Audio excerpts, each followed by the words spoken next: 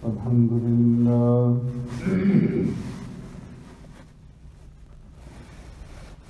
الحمد لله نحمده ونستعينه ونستغفره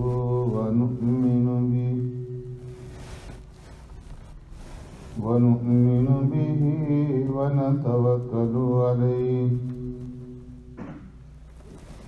ونعوذ بالله من شرور أنفسنا ومن سيئات أعمالنا من يهده الله فلا مضل له ومن يضلله فلا هادي له ونشهد أن لا إله إلا الله وحده لا شريك له ونشهد أن سيدنا وسندنا ونبينا ومولانا محمدا عبده ورسوله أرسله الله إلى كافة للناس بشيرا ونذيرا وداعيا إلى الله بإذنه وسراجا منيرا أما بعد فقد قال الله تبارك وتعالى في القرآن المجيد والفرقان الحميد فأعوذ بالله من الشيطان الرجيم بسم الله الرحمن الرحيم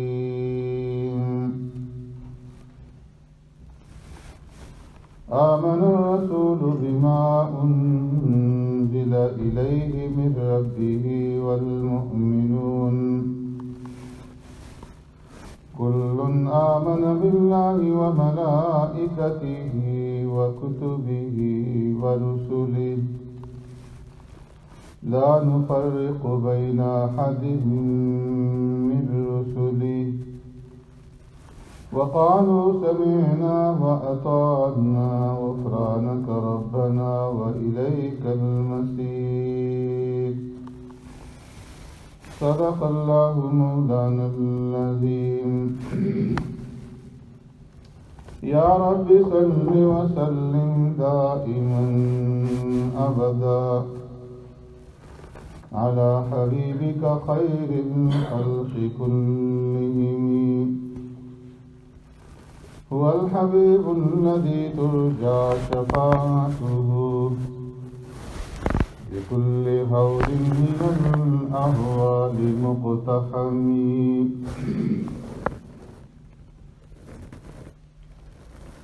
آمن الرسول بما أنزل إليه من ربي ایمان یا رسول اس پر جو اتارا گیا اس کی طرف اس کے پروردگار کی طرف سے والمؤمنون اور ایمان لائے ایمان والے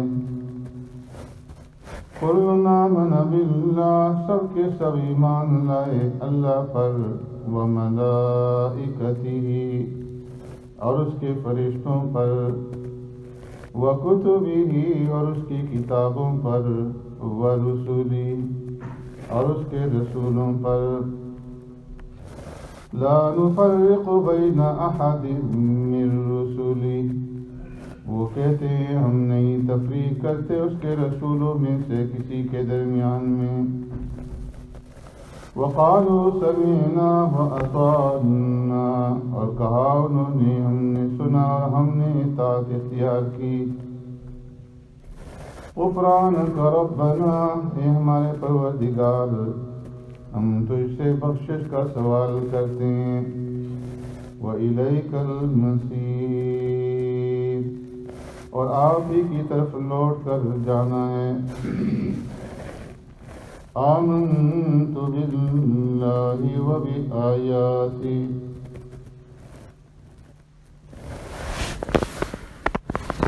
میرے محترم دوستوں بزرگوں بھائیوں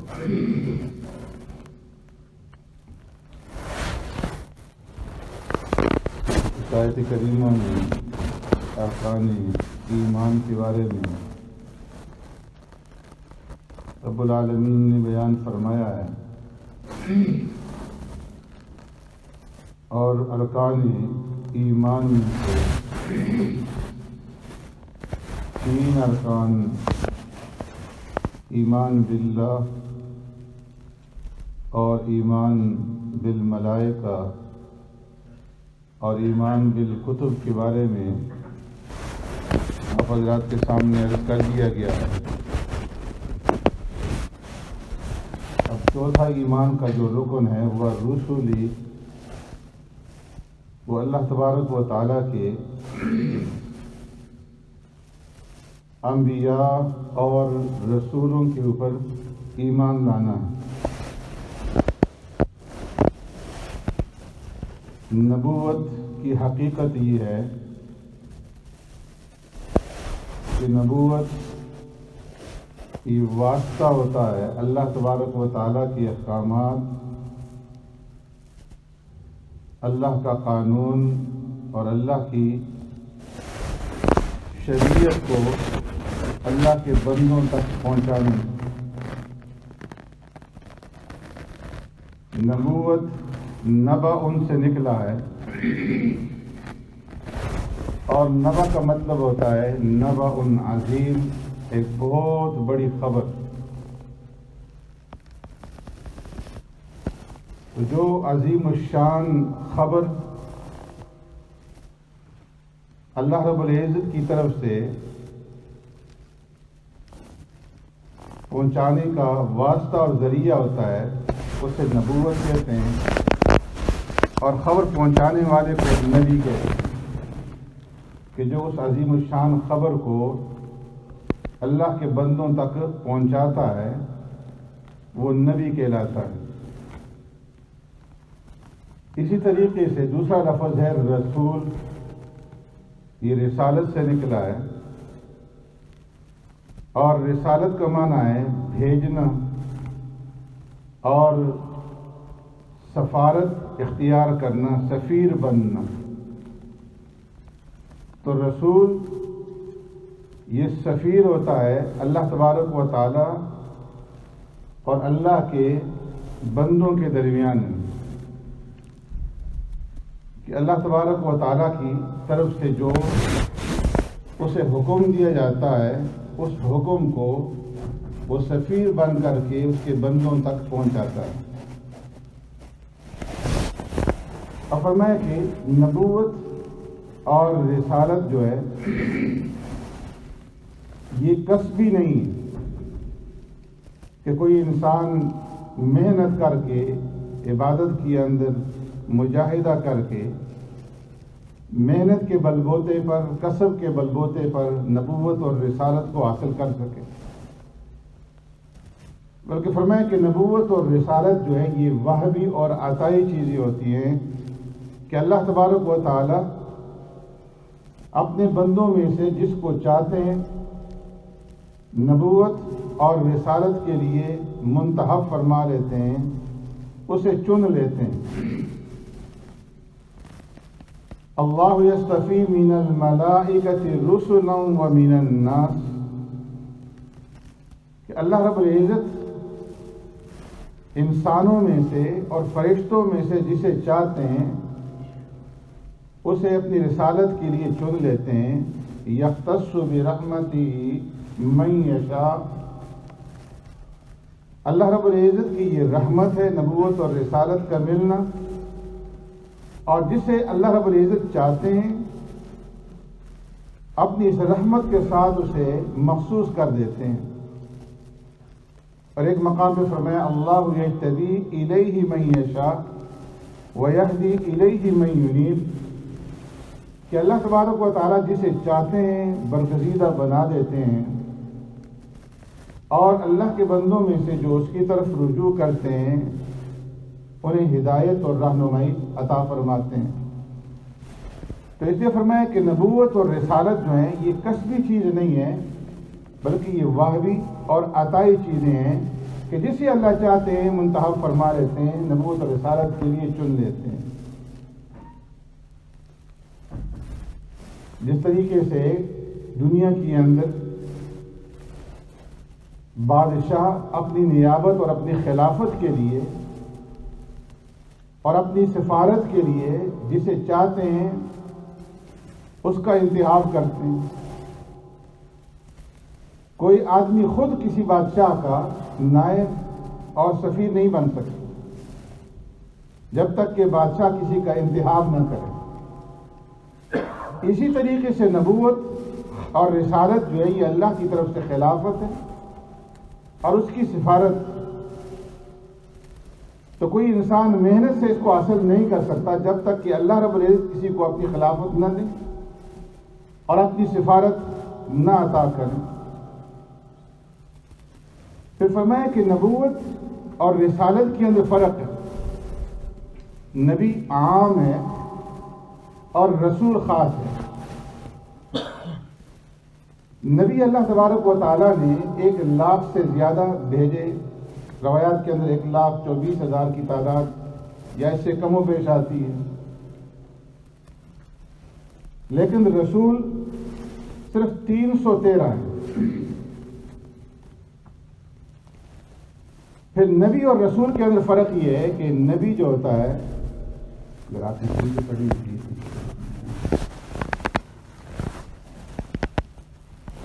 کہ نبی جو ہے وہ عام ہے، اس جو بھی آدمی اللہ تبارک و تعالیٰ کی طرف سے مقرر ہے کہ وہ اللہ کی احکامات لوگوں تک پہنچائیں، تو اسے اس کے اوپر وحی آتی ہے اللہ کی طرف سے، تو اسے نبی کہا جاتا ہے۔ لیکن رسول فرمایا کہ اس شخصیت کو کہا جاتا ہے کہ جو نبی بھی ہو اور جس کے پاس نئی کتاب آئے یا نئی شریعت اس کو دی جائے، یا جس کو مقاتلہ کا جو لوگ ایمان نہیں لانے والے ہیں، اس دور کے جو کفار ہیں، ان کے ساتھ جہاد کا حکم دیا جائے، یا خاص اللہ رب العزت کی طرف سے کوئی اسے انعام دیا جائے، تو اسے رسول کہا جاتا ہے۔ تو اس لیے فرمایا کہ انبیاء کی تعداد تو 1,24,000 کم و بیش ہے، اور اس میں سے پھر 313 جو ہیں وہ رسول ہیں، اور پھر ان 313 میں سے پھر 5 جو ہیں وہ اولو العزم من الرسل ہیں، کہ رسولوں میں پھر ان 5 کا مرتبہ جو ہے وہ انتہائی اونچا ہے، کہ جو اللہ رب العزت نے انہیں عطا فرمایا۔ ان 5 اولو العزم من الرسل میں سے ایک آقا نامدار سرور کائنات رحمت دو عالم صلی اللہ علیہ وسلم کی ذات گرامی، اور پھر حضرت ابراہیم علیہ السلام ہیں، نوح علیہ السلام ہیں، موسیٰ علیہ السلام اور حضرت عیسیٰ علیہ السلام، کہ یہ جو ہیں 5 اولو العزم من الرسل میں سے۔ تو اللہ تبارک و تعالیٰ نے جو انبیاء اور جو رسول بھیجے، ہمارا ایمان ہے کہ یہ سب کے سب اللہ رب العزت کی طرف سے فرستادہ ہیں، اللہ رب العزت کی طرف سے بھیجے ہوئے ہیں، اور یہ سب کے سب انبیاء اور رسول معصوم ہیں، گناہوں سے پاک ہیں، اور اللہ رب العزت نے ہر دور کے اندر، ہر زمانے کے اندر، ہر امت کے اندر، ہر قوم کے اندر نبی اور رسول جو ہے مبعوث فرمائے۔ وَإِن مِّنْ أُمَّةٍ إِلَّا خَلَا فِيهَا نَذِيرٌ، کوئی دور، کوئی زمانہ ایسا نہیں گزرا کہ اس زمانے کے اندر کوئی قوم اور کوئی امت ایسی نہیں آئی کہ اس امت کے اندر، اس قوم کے اندر اللہ کی طرف سے کوئی ڈرانے والا، اللہ کی طرف کوئی بلانے والا نہ آیا ہو۔ اور رسول اور نبی جو آتے ہیں، فرمایا کہ یہ اسی قوم میں سے اللہ رب العزت نے ان کو، اس قوم میں سے ان کو مبعوث فرمایا، جس قوم کی ہدایت مقصود تھی، جس قوم کو اللہ کی طرف بلانا مقصود تھا، رہنمائی مقصود تھی، تو اسی قوم سے اللہ نے انبیاء اور رسول جو ہیں وہ مبعوث فرمائے۔ پھر ان انبیاء اور رسولوں کی اللہ رب العزت نے مختلف ڈیوٹیاں جو لگائی ہیں، جو کام ان کے سپرد کیے، اور میں وَلَقَدْ بَعَثْنَا فِي كُلِّ أُمَّةٍ رَسُولًا اعبدوا اللہ واجتنبوا الطاغوت. نبی جو آئے ان کا آنے کا ایک مقصد یہ تھا کہ لوگوں کو بندوں کی بندگی سے نکال کر کے اللہ کی بندگی کی طرف بلائیں. لِيُخْرِجَ الْعِبَادَ مِنْ عِبَادَةِ الْعِبَادِ إِلَىٰ رَبِّ الْعِبَادِ. لوگوں کو بندوں کی بندگی سے نکال کر کے رب العباد کی طرف بلائیں جو بندوں کا رب ہے. اس لیے جو بھی انبیاء ہے وَلَقَدْ بَعَثْنَا فِي كُلِّ أُمَّةٍ رَسُولٍ، ہر امت کے اندر اللہ نے رسول بھیجے، اور جو رسول آئے انہوں نے آ کر کے امت کو دعوت دی. کس چیز کی دعوت دی؟ اعبدوا اللہ، کہ اے لوگو ایک اللہ کی عبادت کرو، واجتنبوا الطاغوت، اور اللہ کے سوا جتنے بھی معبودان باطلہ ہیں ان تمام معبودان باطلہ کی جو ہے عبادت ترک کر دو. تو ایک مقصد بندوں کو اللہ کی توحید کی طرف، اللہ کی عبادت کی طرف بلانا. دوسرا مقصد رسولوں کو بھیجنے کا اتمام حجت ہے انسانیت کے اوپر.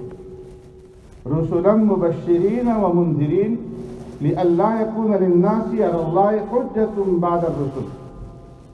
اللہ نے انبیاء اور رسولوں کو جو بھیجا تو اس لیے بھیجا مبشرین و منذرین کہ وہ آ کر کے جو لوگ ان کی بات کو مان لیں، ان کے اوپر ایمان لے آئیں، انہیں اللہ کی رضامندی کی اور انہیں جنت کی خوشخبری سنائے. وہ منذرین، اور جو اللہ کی اور اللہ کے رسول کی بات کو نہیں مانتے، ایمان نہیں لاتے، انہیں جہنم کے عذاب سے ڈرائیں.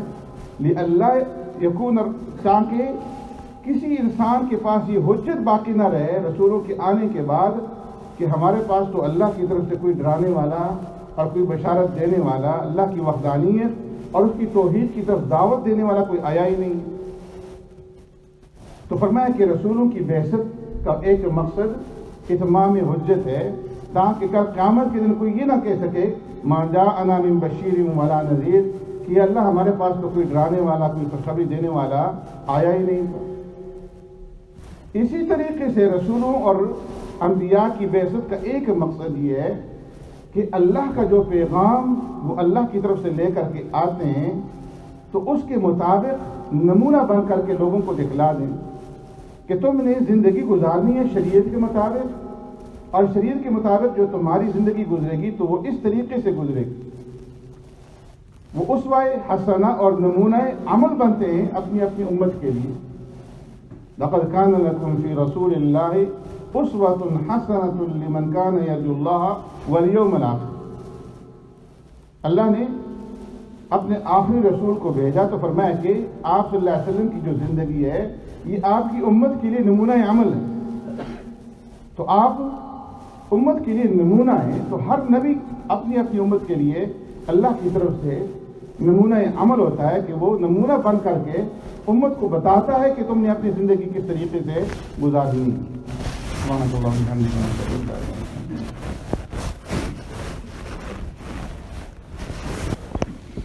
الحمد لله الذي لا يكشف الشدائد إلا هو ولا يدفع المكائد إلا هو، وما مراد العاشقين في الدارين إلا هو، وما موجود الواصلين في الكونين إلا هو.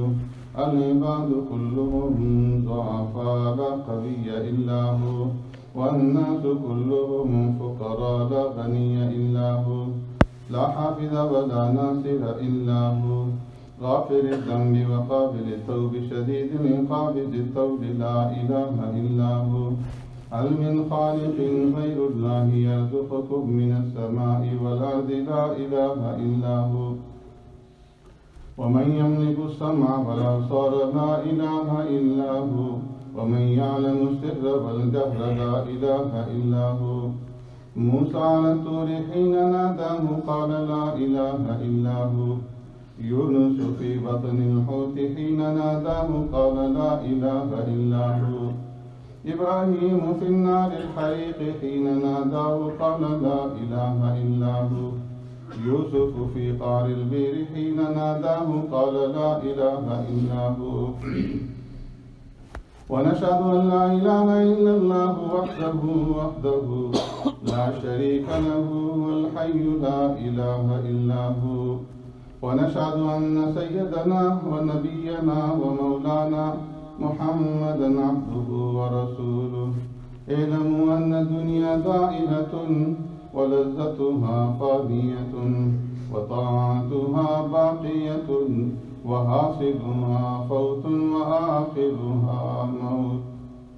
إخواني، بدن ضعيف وزاد قليل وبحر عميق والنار خريق والصراط دقيق والميزان عديل والقيامة قريب والحاكم رب جليل.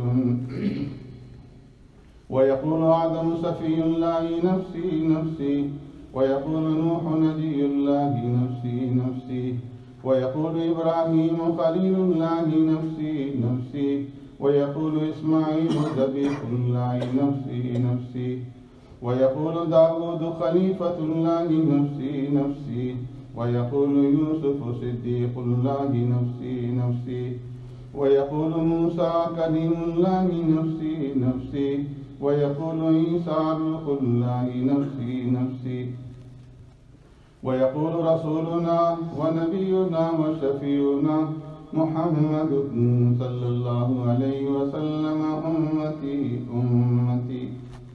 ويقول الجبار جل جلاله وعم نواله عبادي لا خوف عليهم ولا هم يحزنون.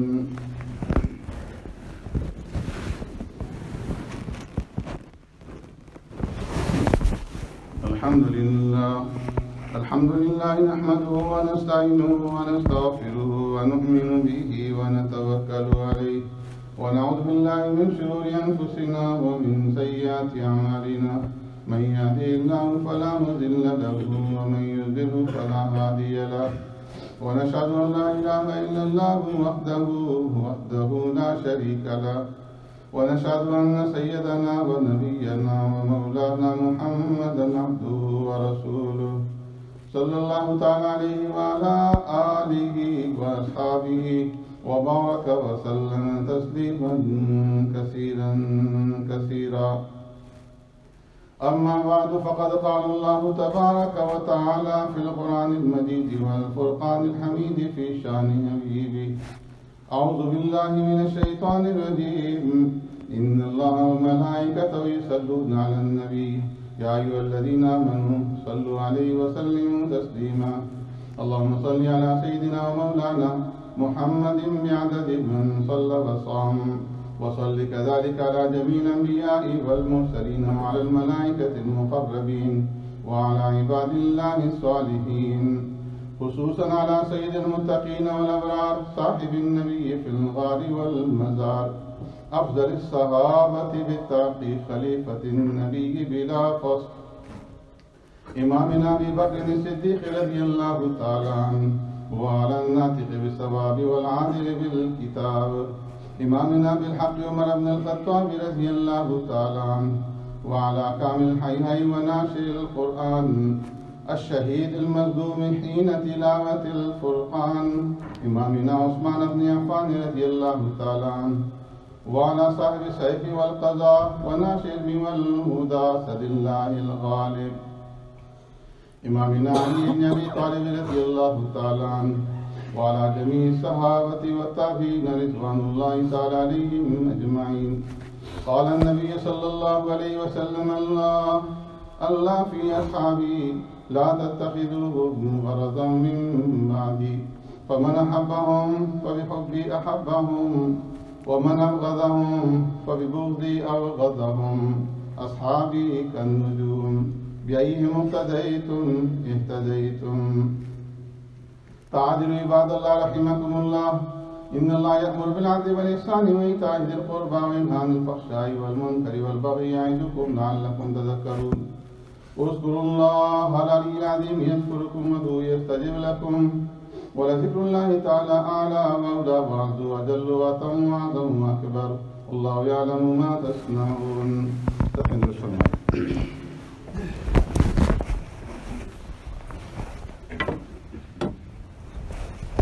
الله أكبر الله أكبر الله أكبر الله أكبر.